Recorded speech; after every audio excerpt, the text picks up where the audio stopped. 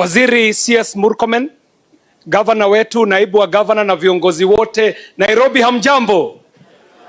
Nadhani inafaa, it is in order that we appreciate waziri with a round of applause. Ni mara ya mwisho tunapiga makofi. Let's appreciate waziri. Hayo masaa amekaa hapa, huyu sio waziri, huyu ni mfanyikazi wa serikali. Hiyo kazi ambayo wamefanya leo tunashukuru sana.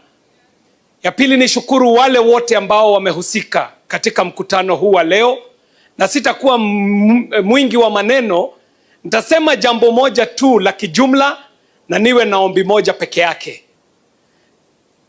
Waziri, we are seated here in a security meeting in the capital city of Nairobi. We are assuming that the standard, that the gold standard is still where security used to be 20 years ago. I am here to tell you, Waziri, that security has moved. So has crime. Even as we attend to the physical world, there is a new world that is coming up that is posing an existential threat, not only to security, but to humanity. And the ask I have, Waziri, is that these officers that you have working with you in Nairobi need some serious empowerment on the new and emerging technologies so that they may be able to understand this new world that we are calling the fourth industrial revolution. My chief, my police, my security agencies need to understand how the world is working in this new world of artificial intelligence, of robotics, of cryptocurrency, and all these other matters, Waziri. So the offering I am making, Waziri, is that you get together with Waziri Kabogo and ensure that these officers, as the Ministry of Communication, Information and Innovation is doing training to the government officers, that these officers in Ngao and police also get some training in emerging technologies. Because wakati wameketi pale kwa police station, wakingoja uhalifu ufanyike, wahalifu tayari wamepanga uhalifu kwenye mitandao, na sasa unakuta kwamba tayari kabla hata polisi ajue, mambo yote yashatendeka kwenye mtandao. By the time we are catching up, it is already too late in the day. Hawa officers umesema wanaenda training, make sure that there is a module on IT, artificial intelligence and these emerging technologies. Mipango ya kuiba benki, hizo benki ambazo zinagongwa, unasikia benki imegongwa 1 billion in a day. Hiyo mipango inapangwa kwa mtandao. Wahalifu hawa, mikutano yao hawaifanyi kwa barabara, inafanywa kwa hiyo mitandao. So the ask is that they get training. To the officers, my ask to you is that when you are working in your jurisdiction, tafadhali jua kwa kijiji chako what technology is working in that area. Know which neighborhood group has a WhatsApp group. Jua what conversations are happening in the community WhatsApp groups in your area. If you only knew what is happening online, you will find that your work offline is going to be very easy. Waziri, the second comment I have to make is that we as members of parliament are making our effort to ensure that our people are served in dignified areas and that our officers are working in good areas. I might not be able to speak about anywhere else, but I can tell you, in the Bororiet South constituency, we are now constructing our 4th police station at Waithaka. Tayari tumejenga 3, tunaenda kujenga ya 4. Hawa officers wetu watahitaji makao. Ukienda pale Ruruta, utakuta kwamba tulijenga ofisi mzuri ambayo inaitwa the Ruruta Ultramodern Police Station.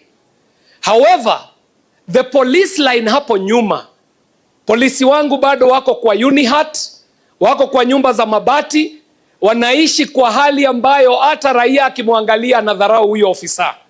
Na huyo ofisa atatarajiwa kwamba atoke kwa hiyo nyumba akiwa amefua nguo vizuri, amepiga hiyo nguo pasi, anatokea akiwa ofisa msafi.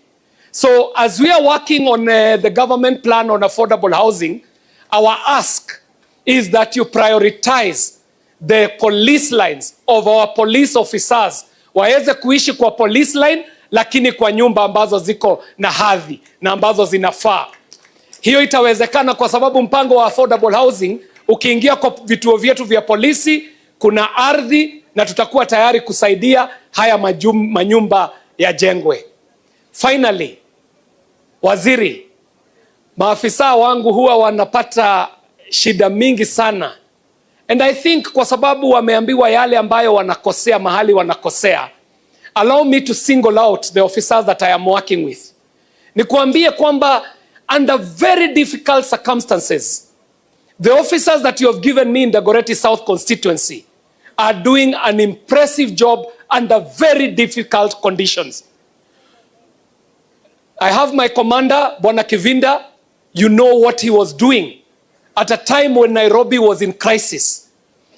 He, working in a pilot town in Kabete, you can imagine when there are riots in the city center, you will call his officers to go to town, assuming that there is nothing happening in Dagoretti.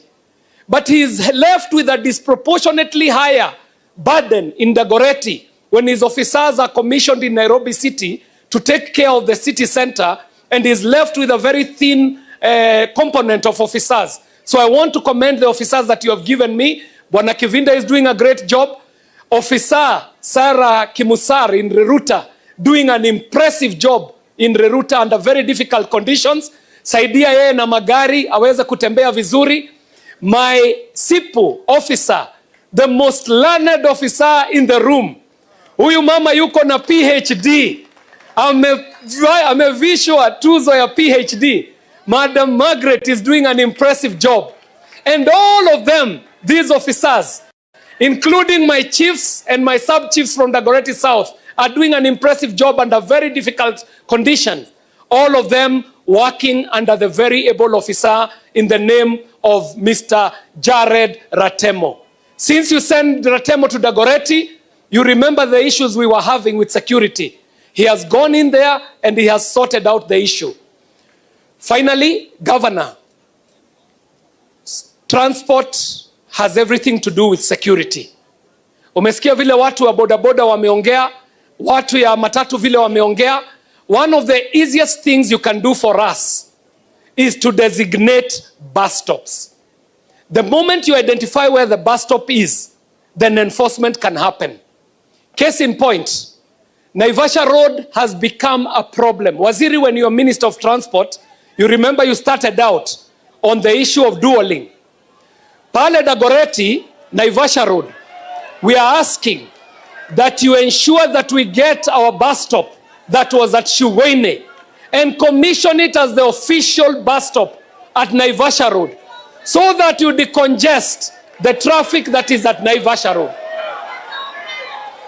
Mheshimiwa CS, nafasi hii nitaichukua sasa niweze kumkaribisha MCA, jina lake ni Mofaya, aje aseme neno moja tu. Tafadhali mpigieni MCA Mofaya makofi akija. Ng'ombe tumeikula, tumebakisha mkia tu, mkia hautatuweza. Asante bwana Mofaya, tafadhali salimia watu kwa dakika moja. Okay, hebu tusalimiane hivi. Bwana Waziri, mimi ile jambo nitasema, kwanza nikushukuru sana sababu